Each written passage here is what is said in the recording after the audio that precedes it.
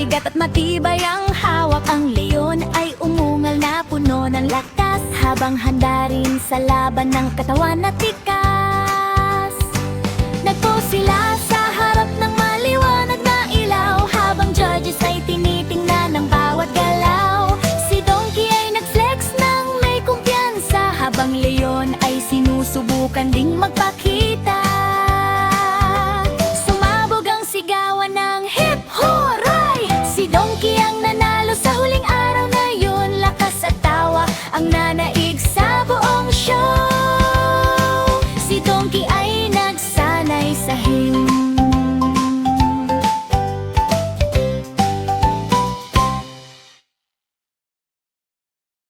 Si Lolo ay pumasok sa araw na masaya. May funky music na sumasabay sa saya. Dumating ang gorilya na handang sumayaw sa gubat na puno ng ilaw at sigaw. Umiikot sila sa breakdance na galaw, habang lahat ay sumisigaw ng hey, hey, wow! Si Lolo ay dumulas sa sahig ng mabilis, parang sayaw ng beats na sobrang bilis. Pumalakpak ang gorilya sa saya ng laban, ngunit si Lolo ang nagwagi sa dulo ng labanan. Nayanig ang gobat sa buong kapaligid. Isang matabang elepante na bilog at lambing tumalon sa bubble bath na puno ng hangin. Makulay ang banyo na kumikinang sa ilaw, may mga bula na parang bahaghari sa araw. Ang kanyang mata ay nagtatangkang magtago, ngunit ang mga bula ay lumilipad sa mundo. Bigla siyang lumubog at muling sumulpot, may mga bula sa ulo na parang ulap. Tawa ng rubber duck ang pumuno sa lugar, habang elepante ay na-enjoy sa paliguan.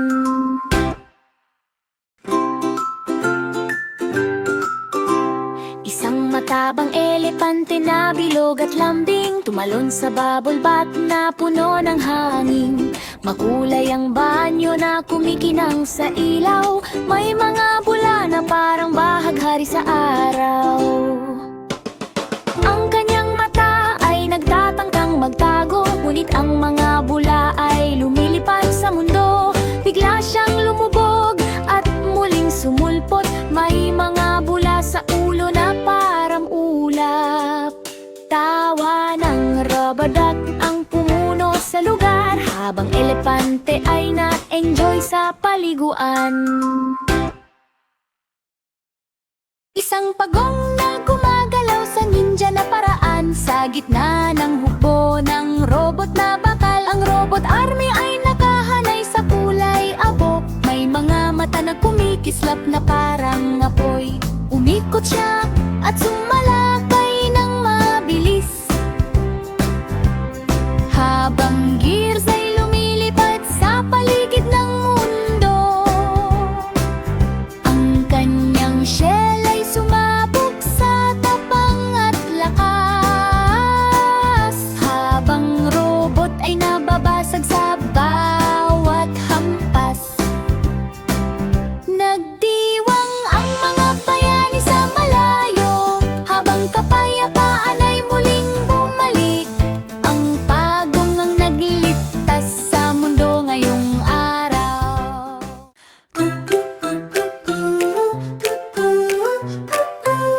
Isang taong bato ang nakatitig ng nagtataka sa makinang screen na kumikislap sa harap niya. Pinipindot niya ang mga susi ng magulot wala sa ayos, habang sparks ay lumilipad sa paligid ng sistema. Ang mga circuit ay nagbubos sa ligaw na tunog, habang codets ay bumabagsak at ilaw ay nawawala. Umungol siya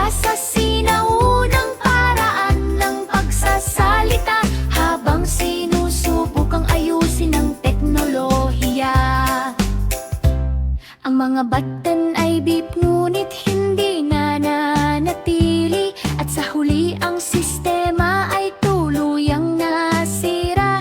Nagtagpo ang sinaunang panahon at makabagong mundo.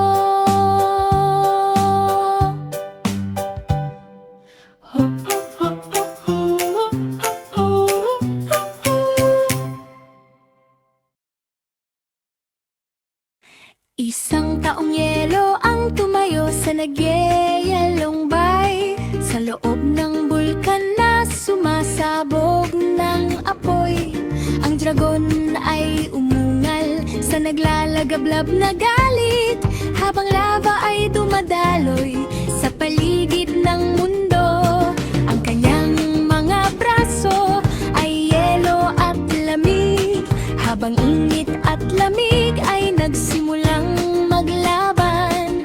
Sumabog ang singaw sa bawat galaw at hakbang, parang digmaan ng apoy at yelo sa kalangitan.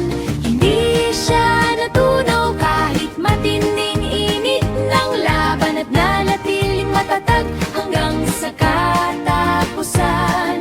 Isang epikong laban hanggang sa huling sandali. Isang epikong laban hanggang sa huling sandali.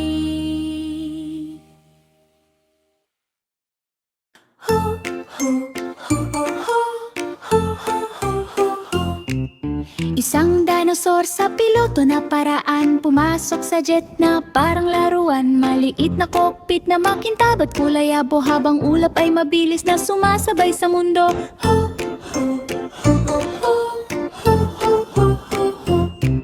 Umungol ito sa langit, ngayong araw may bakas ng usok na naiwan sa hangin. Manggabatan ay kumikislap sa galaw, habang loops at spins ay nagsimulang sumabay.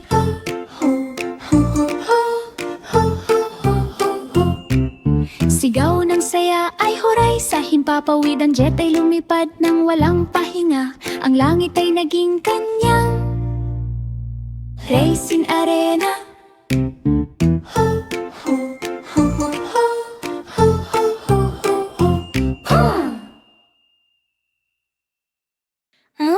Isang piratang aso.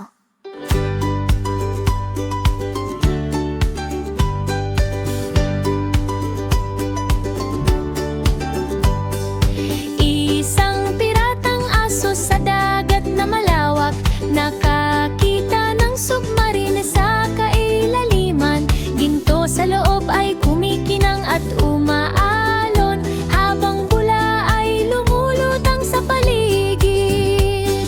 Tumahol siya ng plano sa lihim na paraan, at sumisit pabaga ng walang pag-aalinlangan.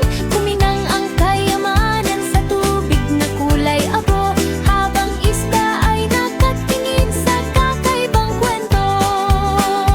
Ang sombrerong kapitan ay umidayog sa hangin, habang aso ay lumayag, dala ang yaman. Sumigaw ang dagat ng hey hey hey sa dilim.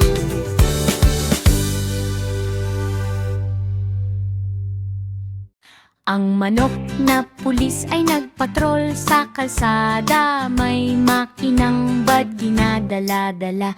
Dumating ang T-Rex na malakas at malaki, naglalakad sa lungsod na parang hari. Huminto ka dyan, sigaw ng manok na maliit, ngunit puno ng tapang at tindig na matibay. Sinubukang tumakbo ng dambuhalang dinosauro, ngunit nadulas sa mga itlog na nakakalat sa kanto.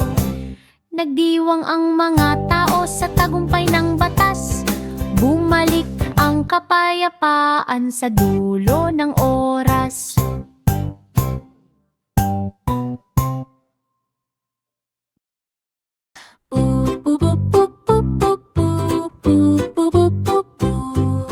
Isang kuting ang naglakad sa kalsada ng nayon, may maliliit na paa at matang mausisa. Nakakita siya ng kahon sa ilalim ng puno, na kumikinang na parang misteryo sa mundo. Binuksan niya ito ng may pagtataka, at mga bote ng gatas ang natuklasan niya. Ang mga makukulay na bahay ay nagmasid, habang kampana ng gatas ay tumutunog sa hangin.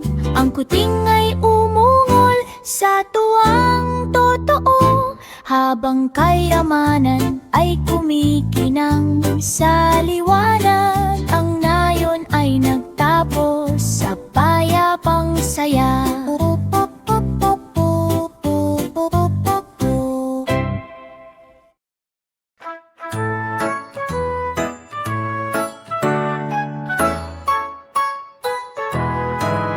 Tatlong unicorn na cute at masaya, nakasakay sa bus sa luntiang lupa.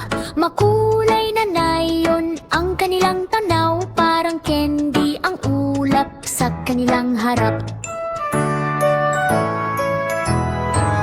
May rainbow na buhok at bilugang mata, kumikislap ang paligid sa bawat sandali. Ang bus ay tumatakbo sa burol at lambak, habang saya at mahika ay sabay na tikatik. Ang upuan ay kumikislap sa liwanag, habang paa ay tumutugtog ng masayang galaw. Habang paa ay tumutugtog ng masayang koralo. Tatlong unicorn na cute at masaya, nakasakay sa bus sa luntiang lupa. Makulay na nayon ang kanilang tanaw, parang candy ang ulap sa kanilang harap. May rainbow na buhok at bilugang mata, kumikislap ang paligid sa bawat sandali. Ang bus ay tumatakbo sa burol at lambak, habang saya at mahika ay sabay na tikatak. Ang upuan ay kumikislap sa liwanag, habang paa ay tumutugtog ng masayang galaw. Habang paa ay tumutugtog ng masayang galaw. Tatlong hikor na cute at masaya, nakasakay sa bus sa luntiang lupa. Makulay na nayon ang kanilang tanaw, parang candy ang ulap sa kanilang harap.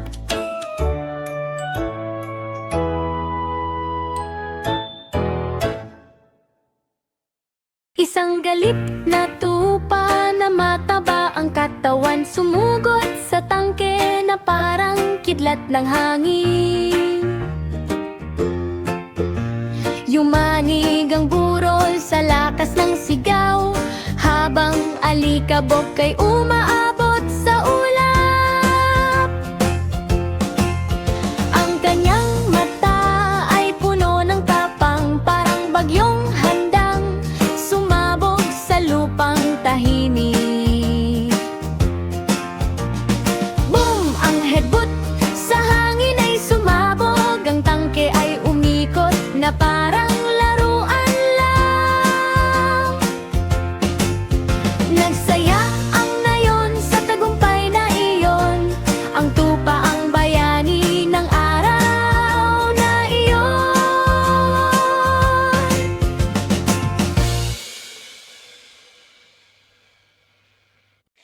Huli, sinala.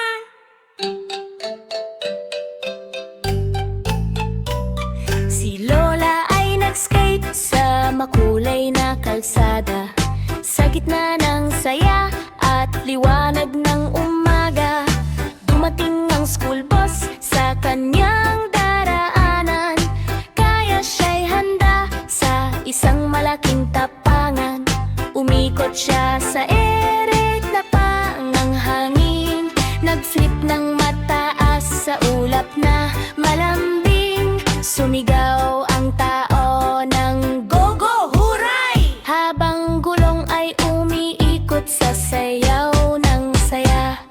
Lumalapag siya ng maayos at payapa, at nag-skate ngitiking masigla. Si Lola ay nag-skate sa makulay na kalsada, sa gitna ng saya at liwanag ng umaga. Dumating ang school bus sa kanyang daraanan, kaya siya'y handa sa isang malaking tapangan. Umikot siya sa ere na parang hangin, nag-flip ng mataas sa ulap na malambing. Sumigaw ang tao ng go go hooray! Habang gulong ay umiikot sa sayaw ng saya, lumalapag siya ng maayos at paya at nag-skate palayo na may ngiting masigla. Si Lola ay nag-skate sa makulay na kalsada, sa gitna ng saya at liwanag ng umaga. Dumating ang school bus sa kanyang daraanan, kaya siya'y handa sa isang malaking tapangan. Umikot siya sa ere na parang hangin, nag-flip ng mataas sa ulap na malambing. Sumigaw ang tao ng go go hooray! Habang gulong ay umiikot sa sayaw ng saya, lumalapak siya ng maayos at payapa, at lagsa palayo na may ngiting masigla. Ang unggoy na scientist ay nagtrabaho sa lab. May mga eksperimento na kumikislap at sabay. Isang potion ang natapon sa mesa, at may mahiwagang usok na lumabas sa eksena. Maliit na binhi ay biglang lumaki, hanggang maging dambuhala sa gubat na mahiwaga. Isang saging na umabot sa langit ang taas, 50 talampapang ng laki. Sa wakas, nataranta ang mga unggoy sa kakaibang palabas. Ang unggoy na scientist ay nagtrabaho sa lab. May mga eksperimento na kumikislap at sabay. Isang potion ang natapon sa mesa, at may mahiwagang usok na lumabas sa eksena. Maliit na binhi ay biglang lumaki, hanggang maging dambuhala sa gubat na mahiwaga. Isang saging na umabot sa langit ang taas, 50 talampapang ng laki. Sa wakas, nataranta ang mga unggoy sa kakaibang palabas.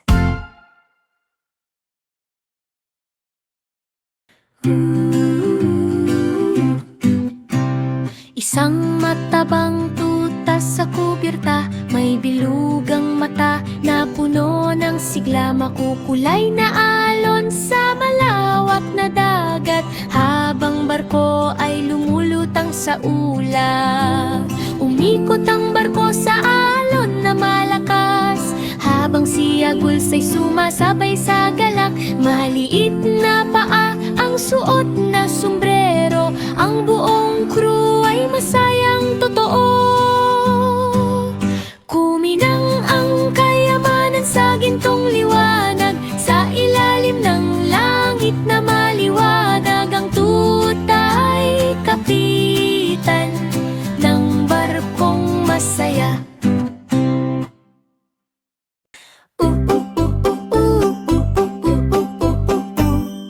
Isang malitit na batang babae ang tumayo sa langan. Hawak ang lubid ng buong lakas at tapang. 10 elepante ang humila ng sabay-sabay. Yumanig ang lupa sa lakas nilang taglay. Hindi siya bumitaw kahit gaano kahirap. Nakabaon ang paa sa lupang matatag. Biglang nadulas ang mga elepante sa huli, at siya ang nanalo sa laban na masigla't mali. Sumigaw ang lahat ng hip hooray sa saya.